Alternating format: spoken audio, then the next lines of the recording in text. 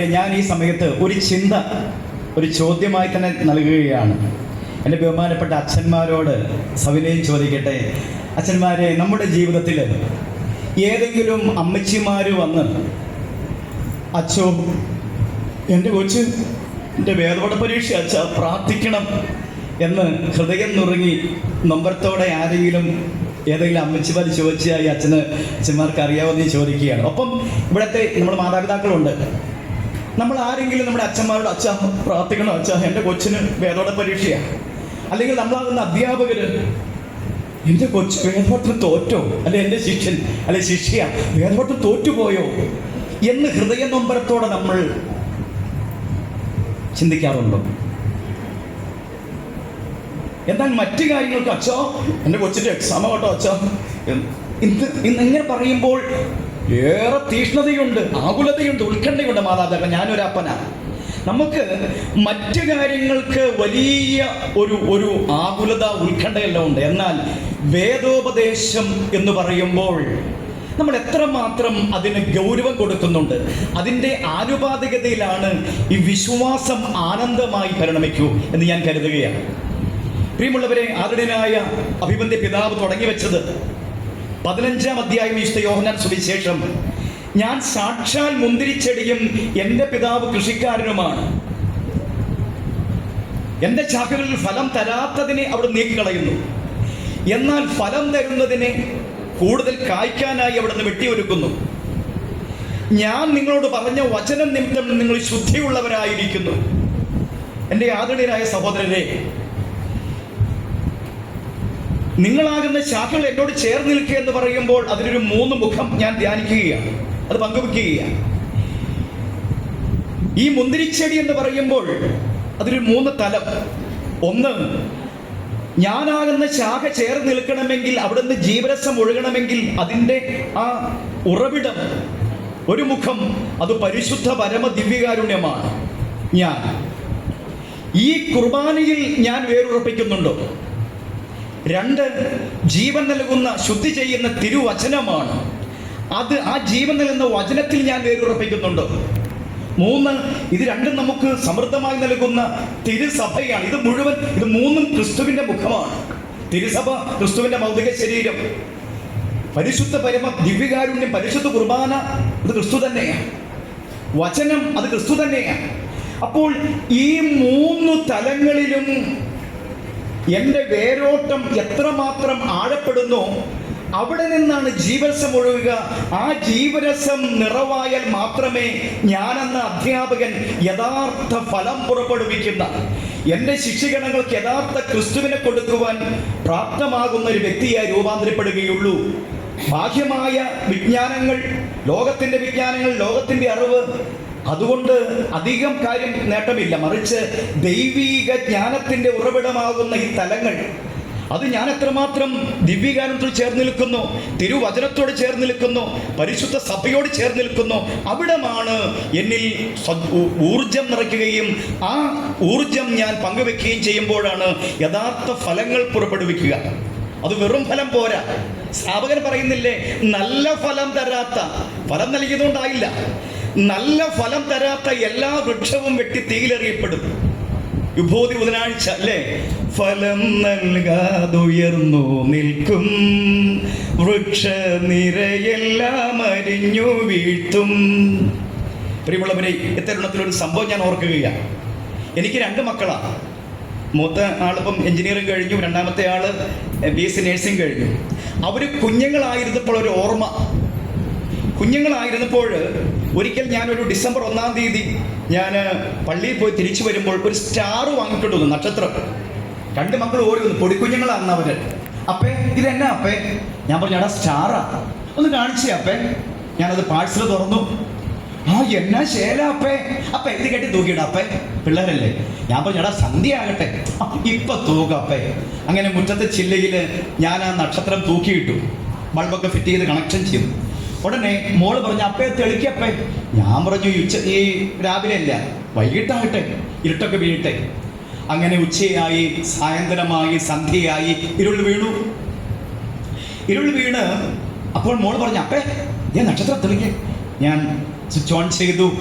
മുറ്റം മുഴുവൻ പ്രകാശധോരണി പരത്തി ആ നക്ഷത്രം മെല്ലെ ഇങ്ങനെ ഇളകി ആടുക. ഓ എന്നാ ശേലാപ്പേ, എന്നാ ശേലാപ്പേ. അപ്പോൾ വൈഫും വന്ന് പറഞ്ഞു, വേവിച്ചാൽ ഇത് ഇവിടുന്ന വാങ്ങിയത്? ഓ നല്ല സ്റ്റാർ, നല്ല ഡിസൈനാണല്ലോ എന്നൊക്കെ പറഞ്ഞ് ഞാനും മക്കളും വൈഫും എല്ലാം നോക്കി ഈ നക്ഷത്രത്തിന്റെ ഭംഗി ആസ്വദിച്ച് നിൽക്കേ പെട്ടെന്ന് കറണ്ട് പോയി. കുറ്റാക്കൂരിട്ട് അപ്പേ കറണ്ട് പോയി അപ്പേ. മോൻ പറഞ്ഞു, മോളും പറഞ്ഞു. തെല്ലി സമയം കഴിഞ്ഞു വീണ്ടും കറണ്ട് വന്നു. അപ്പോൾ ഞാൻ ഒരു കാര്യം ശ്രദ്ധിച്ചു. എന്നറിയാമോ, ആ കറണ്ട് പോയി കഴിഞ്ഞപ്പോൾ അവിടെ നക്ഷത്രം ഉണ്ടായിരുന്നു എന്നുപോലും തോന്നാത്ത അത്രമാത്രം കട്ട പിടിച്ച ഇരുൾ വ്യാപിച്ചിരുന്നു. വീണ്ടും കറണ്ട് വന്നു, വീണ്ടും പ്രകാശം. കറണ്ട് വന്നു, സന്തോഷം മക്കൾക്ക്. അപ്പോൾ അനിയത്തിയോട് ചേട്ടായി പറഞ്ഞു കൊടുത്ത ഒരു കാര്യം എന്നെ വല്ലാതെ ഒന്ന് ഒലച്ചു. എന്നറിയാമോ, ഈ കുഞ്ഞു ഹൃദയങ്ങൾ പരസ്പരം പങ്കുവെക്കുക. അനിയത്തോട് ചേട്ടായി പറഞ്ഞു കൊടുക്കുക, കുഞ്ഞോളെ. എന്നാ ചേട്ടായി? കുഞ്ഞോളെ, നക്ഷത്രം എന്നാ ശേലാണേലും അതിനകത്ത് ബൾബ് തെളിഞ്ഞില്ലെങ്കിൽ ഒന്നിനും കൊള്ളൂലാടി.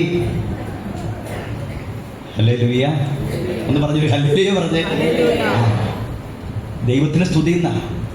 പ്രിയമുള്ളവരെ, നക്ഷത്രം എന്ത് ഡിസൈൻ ഉണ്ടെങ്കിലും അതിൻ്റെ ആ ഡിസൈന് പ്രശോഭിതമാക്കി മാറ്റുന്നതിനും ആ ഡിസൈൻ അർത്ഥമുണ്ടാക്കുന്നതും ഉള്ളിൽ തെളിയുന്ന ബൾബ. അതുകൊണ്ട് ഈശോ പറഞ്ഞത്, എന്നെ കൂടാതെ നിങ്ങൾക്കൊന്നും ചെയ്യാൻ സാധ്യമല്ല. ഈ കാലഘട്ടത്തിന്റെ ഭയാനകമായ ചിത്രം മറ്റൊന്നുമല്ല. അനേക ബാലകൗമാര യൗവനങ്ങൾ സഭയിൽ നകലുന്നു, വിശ്വാസം ക്ഷയിക്കുന്നു, പ്രാർത്ഥനയില്ല, കൂദാശയില്ല, ആകപ്പാട് വരണ്ടുണങ്ങുന്ന അവസ്ഥയിൽ എല്ലാവരും പരിഭ്രാന്തരാണ്. ഒരൊറ്റ കാര്യമേ ഉള്ളൂ പ്രിയമുള്ളവരെ, അത് ക്രിസ്തു എന്ന സത്യത്തിൽ വേരുറപ്പിക്കുക. യെരമ്യായുടെ പുസ്തകം 17-ാം അധ്യായം 7-ാം വാക്യം പറയുന്നുണ്ട്, കർത്താവിൽ ആശ്രയിക്കുന്നവൻ അനുഗ്രഹീതൻ, അവന്റെ പ്രത്യാശ കർത്താവ് തന്നെ. അവൻ ആറ്റുതീരത്ത് നട്ട മരം പോലെയാണ്, അതിന്റെ വേരുകൾ എപ്പോഴും വെള്ളത്തിലേക്ക് ഊന്നിയിരിക്കുന്നു, അതിന്റെ ഇലകളെന്നും പച്ചയാണ്, അത് വേനൽക്കാലത്തെ ഭയപ്പെടുന്നില്ല, അത് യഥാകാല ഫലങ്ങൾ നൽകിക്കൊണ്ടേയിരിക്കും. എന്റെ പ്രിയമുള്ളവരെ, യെരമ്യ വിശേഷിപ്പിക്കുന്നത് ദൈവത്തിൽ ആശ്രയിക്കുന്നവനെ ആറ്റുതീരത്ത് നട്ട മരം പോലെയാണ്. അതിന്റെ പ്രത്യേകത എന്താ? ആറ്റുതീരത്ത് നട്ട മരത്തിന് ഒരിക്കലും വാട്ടമില്ല, അത് പച്ചച്ച് നിൽക്കും, സമൃദ്ധിച്ചൂടി നിൽക്കും. അത് ഏത് വേനൽക്കാലം വന്നാലും ഈ മരത്തിന് ഭയമില്ല. കാരണം മറ്റൊക്കെ മരങ്ങൾ വരണ്ടുണങ്ങി നിൽക്കുമ്പോൾ ഈ മരം മാത്രം പച്ചച്ച് നിൽക്കും. കാരണം വേരു വെള്ളത്തിലാണ്, യഥാകാലം ഫലങ്ങൾ നൽകിക്കൊണ്ടേയിരിക്കും. കാരണം വേരു വെള്ളത്തിലാണ്. അങ്ങനെയെങ്കിൽ ഞാനും നിങ്ങളും ഉറപ്പിക്കേണ്ട വേര് അത് തിരുസഭയെന്ന ആ ഊർജ ജീവരസം ഒഴുകിയിറങ്ങുന്ന കൗദാശികതയുടെ ഉണർവ് നൽകുന്ന സകല സൗഭാഗ്യങ്ങളും നിറയുന്ന സഭയിൽ വേരുറപ്പിക്കുക, തിരുവചനത്തിൽ വേരുറപ്പിക്കുക, ജീവന്റെ അപ്പമായ ദിവ്യകാലത്തിൽ വേരുറപ്പിക്കുക. അത് പിന്നെ ബാക്കിയൊന്നും വലിയ കാര്യം വേണ്ടെന്നേ. ഇതുണ്ടെങ്കിൽ പിന്നെ പച്ചപ്പാണ്. ഈ പള്ളിയായിട്ടുള്ളത് വല്ല കാര്യമുണ്ടോടാ? ഈ അച്ഛന്മാരുടെ ഈ സിസ്റ്റേഴ്സിനെ കൂടെ വല്ല കാര്യമുണ്ടോ? ഇത് എന്തിനാ ഇങ്ങനെ ചോദിക്കുമായിരുന്നു, പരിഹസിക്കുമായിരുന്നു. പ്രിയമുള്ളവരെ, സവിനയം പറയട്ടെ, ഇന്നിവിടെ നിൽക്കുമ്പോൾ എൻ്റെ സഹോദരി വിശേഷിപ്പിച്ചു കുറെ ഗാനങ്ങളൊക്കെ ദൈവത്തിൻ്റെ കൃപ കൊണ്ട് കുറെ ഗാനങ്ങൾ എഴുതുവാൻ ഇടയാക്കി ദൈവം അനുഗ്രഹിച്ചു. ഒരു 32 വർഷം മുമ്പാണ് ആദ്യത്തെ ഗാനം കുറിച്ചത്. ഭയപ്പെടേണ്ട മകനെ മകളെ, ഞാൻ നിന്റെ ദൈവമല്ലേ, കരയരുതേ ഇനി എൻ കൺമണി, ഞാൻ നിന്റെ കൂടെയില്ലേ. ഞാൻ ഓർക്കുന്നുണ്ട്, എൻ്റെ ബാല്യം കോളേജ് വിദ്യാഭ്യാസത്തിൽ പാട്ട് പാടും, പടം വരയ്ക്കും, കവിത എഴുതും, കുറച്ച് തിരക്കഥയൊക്കെ എഴുതാറുണ്ട്. അങ്ങനെ ഞാൻ ഇങ്ങനെ തയ്യാറെടുത്ത് ഇങ്ങനെ പോകാൻ വേണ്ടി, അപ്പം ഞാനിങ്ങനെ ഈ മേഖല വിജയിക്കണം, അതാണ് എൻ്റെ ആഗ്രഹം. അപ്പം ഞാൻ ആലോചിച്ചപ്പോൾ സിനിമാ മേഖല നല്ലൊരു മേഖലയാണ്, അപ്പോൾ നമ്മുടെ കഴിവുകളൊക്കെ പ്രശോഭിപ്പിക്കാം. അങ്ങനെ ഞാൻ, നിങ്ങൾക്കറിയാം, ഇത് സിനിമാ ലോകം ആലപ്പുഴ എന്ന് പറയുന്നത്. വർഷങ്ങൾക്ക് മുമ്പ് ചവക്കോട്ടപ്പാലം അവിടെ നവോദയ എന്ന് പറയുന്ന ഉദയയുടെ അപ്പൻ സാറിൻ്റെ കൂടെ അവിടെ വന്നിട്ടുണ്ട്. അപ്പോൾ എന്നെ മദ്രാസിന് അദ്ദേഹം വിളിച്ചിരുന്നു. അവിടെ സിനിമയിൽ കൂടുതൽ കാര്യങ്ങൾ പഠിക്കാം, അങ്ങനെ നീങ്ങിയാൽ നിനക്ക് നല്ലൊരു ഭാവിയുണ്ട്. അങ്ങനെ ഇരിക്കുമ്പോഴാണ് ഞാൻ മദ്രാസിന് സിനിമയെക്കുറിച്ച് പഠിക്കാൻ വേണ്ടി പോകാൻ വേണ്ടി ഇരിക്കുമ്പോഴാണ് ഒരു ധ്യാനം കൂടുന്നത്. ആ ധ്യാനമധ്യേ സ്പിരിച്വൽ ഷെയറിങ്ങിന് സമയത്ത് കൗൺസിലർ എന്നോട് പറഞ്ഞു, മോന് വേണ്ടി പ്രാർത്ഥിക്കുമ്പം ഈശോ ഒരു ആവശ്യം ഉന്നയിക്കുന്നുണ്ട്. ഞാൻ ചോദിച്ചു എന്നാ? ഈശോ പറയുന്നത് മോൻ്റെ കഴിവുകൾ എനിക്ക് വേണ്ടി തരിക, എന്നാൽ ആ കഴിവുകളെ ഞാൻ വരങ്ങളാക്കി മാറ്റാം. മോൻ്റെ ജീവിതത്തിൽ ഈശോ ഇടപെടാൻ ആഗ്രഹിക്കുന്നുണ്ട്. ഞാൻ പറഞ്ഞു, അപ്പൊ സിനിമാ ലോകോ? ഉടനെ കൗൺസിൽ പറഞ്ഞു, ഈശോ പറയുന്നത് സിനിമാ മേഖല നിന്റെ ആഗ്രഹമാണ്, പക്ഷെ അതല്ല, ഈശോയ്ക്ക് വേണ്ടി നിലകൊള്ളാനാണ് ഈശോ പറയുന്നത്. എനിക്കത് ഉൾക്കൊള്ളാൻ കഴിഞ്ഞില്ല.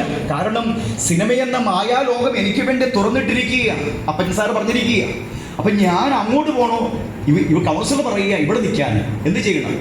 ആശയക്കുഴപ്പമായപ്പോൾ പ്രിയമുള്ളവരെ, പരിശുദ്ധ പരമദിവ്യകാരുണ്യ സന്നിധിയിൽ ഒരു യുവജന ധ്യാനത്തിൽ ഞാൻ പങ്കെടുക്കുമ്പോൾ ആ ധ്യാനഗുരുവായ ബഹുമാനപ്പെട്ട ജെയിംസ് കപ്പുഴി അച്ഛൻ വിളിച്ചു പറയുന്നത് ഞാൻ കേട്ടു. നിങ്ങളുടെ ജീവിതത്തിൻ്റെ ഏക ആശ്രയം അത് ക്രിസ്തുവാണ്, ആ രക്ഷകനായ യേശുവാണ്. അവൻ്റെ കയ്യിൽ ജീവിതം കൊടുക്കുക, വിട്ടെറിഞ്ഞു കൊടുക്കുക, വിശ്വാസത്തോടെ കൊടുക്കുക, പിന്നെ അവൻ നോക്കിക്കൊള്ളും. ഞാൻ ഏറ്റവും പിന്നിലിരുന്ന് ഞാൻ മുന്നോട്ട് വന്നിട്ട് ആ പരിശുദ്ധ കുർബാന ആരാധന സമയമാണ്, ആ ദിവ്യകാരുണ്യ സന്നിധിയിൽ മുട്ടുകുത്തി ഞാൻ കണ്ണുനീരൊഴുക്കി പ്രാർത്ഥിച്ചു, കർത്താവേ, എൻ്റെ ഭാവി എങ്ങനെയാണ്, എൻ്റെ ജീവിതം എങ്ങനെയാണ്, ഞാൻ എന്ത് ചെയ്യണം ദൈവമേ എന്ന് ഞാൻ കരഞ്ഞു പ്രാർത്ഥിക്കുമ്പോൾ പ്രിയരെ, അപ്പോൾ തന്നെ അച്ഛനിലൂടെ വീണ്ടും ഒരു വചനം, ഇവിടെ തൻ്റെ നൊമ്പരങ്ങൾ, ഭാവിയെക്കുറിച്ചുള്ള ആകുലതകൾ, ഉത്കണ്ഠകളെല്ലാം പങ്കുവെച്ച് കണ്ണീരൊഴുക്കി കർത്താവിനോട് ചോദ്യം ചോദിക്കുന്ന ഒരു മകനോട് ദൈവം പറയുന്നു, യേശയ്യ 41:10, ഭയപ്പെടേണ്ട, ഞാൻ നിന്നോട് കൂടെയുണ്ട്, സംഭ്രമിക്കേണ്ട, ഞാനാണ് നിന്റെ ദൈവം, ഞാൻ നിന്നെ ശക്തിപ്പെടുത്തുകയും സഹായിക്കുകയും ചെയ്യും, എൻ്റെ വിജയകരമായ വലതുകരം കൊണ്ട് ഞാൻ നിന്നെ താങ്ങി നിർത്തും. പ്രിയമുള്ളവരെ, ആ വചനം എന്നെ സൗഖ്യപ്പെടുത്തി, എന്നെ മാറ്റിമറിച്ചു. എൻ്റെ ജീവിതത്തിൽ മറ്റു മായാലോകമല്ല, മറ്റു ലോകത്തിൻ്റെ ഭാഷകളല്ല, ലോകത്തിൻ്റെ നേട്ടങ്ങളല്ല, ഞാൻ നേടേണ്ട നേട്ടം, ഞാൻ നേടേണ്ട നിധി, ഞാൻ നേടേണ്ട സമ്പത്ത് അത് യേശു എന്ന സത്യമാണെന്നുള്ള തിരിച്ചറിവ് ചിന്തിക്കുവാൻ പരിശുദ്ധാത്മാവ് എന്നെ അനുഗ്രഹിച്ചു. അന്ന് ആ ദിവ്യകാരുണ്യ സന്നിധിയിൽ എഴുതാൻ കർത്താവ് കൃപ നൽകി. ഭയപ്പെടേണ്ട മകനെ, മകളെ, ഞാൻ നിന്റെ ദൈവമല്ലേ, കരയരുതേ ഇനി എൻ കൺമണിയെ, ഞാൻ നിന്റെ കൂടെയില്ലേ. അങ്ങനെയാണ് ഒന്നു വിളിച്ചാലോടി എൻ്റെ അരികിലെത്തും, പെറ്റമ്മ മറന്നാലും എന്നെ കൈപിടിച്ചു നടത്തുന്ന സ്നേഹം ആവാ ദൈവമേ. ഇസ്രായേലിൻ നാഥനായി വാഴുമേക ദൈവം, ദൈവത്തെ മറന്നു കുഞ്ഞി ജീവിക്കരുതേ. ഇല പൊഴിയും കാലങ്ങൾക്കപ്പുറം മുൾമുടി അണിഞ്ഞുകൊണ്ടീശോ പൂർണ്ണ മനസ്സോടും പരിശുദ്ധ പരമമാം ദിവ്യകാരുണ്യമേ, ഇന്നുമെന്നും അങ്ങേക്കാരാധന. ഈശോയുടെ അതിദാരുണമാം നിന്റെ തകർച്ചയിൽ ആശ്വാസമേകാൻ എത്രയും ദയയുള്ള മാതാവെ ചൊല്ലി ബാല്യം മുതലേ ഞാൻ വളർന്നു. ഈ കരഘോഷം മുഴുവൻ നല്ല ദൈവത്തിന് കൊടുക്കുകയാണ്. പ്രിയമുള്ളവരെ, ഞാൻ നിർത്തുകയാണ്.